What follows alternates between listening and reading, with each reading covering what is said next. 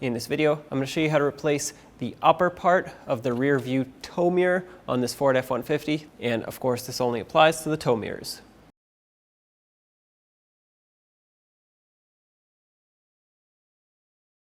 It's important that you have safety glasses and gloves for this because the mirror glass can break throughout this procedure.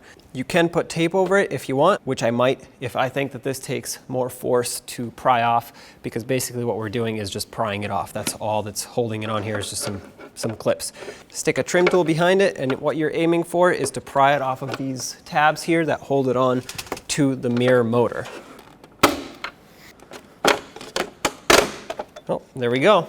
I guess it didn't take all that much force after all, but don't go too far with it because on the back side we have the 2 wires for the heated mirror. Take note of where they go. So with the glass facing the mirror assembly, you have the green and purple on the right side and the black one on the left side. You want to put them back the way they came, ideally. So take these out. There we go.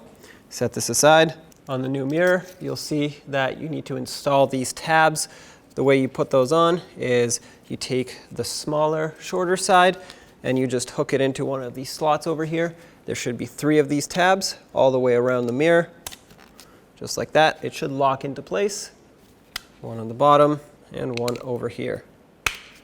There we go. Now we can install this onto the mirror assembly, but let's connect the heated mirror circuit first. Remember the green wire on the right side and the black wire on the left. Make sure those click, and then flip this around, and at this point you're just aiming to center up the mirror and connect these retainers onto the mirror motor.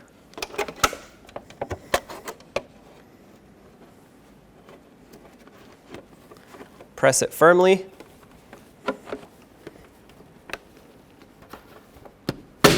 Sometimes you have to give it a really quick tap. And there you have it. Mirror's installed. Now you would just adjust it to however you need to adjust it.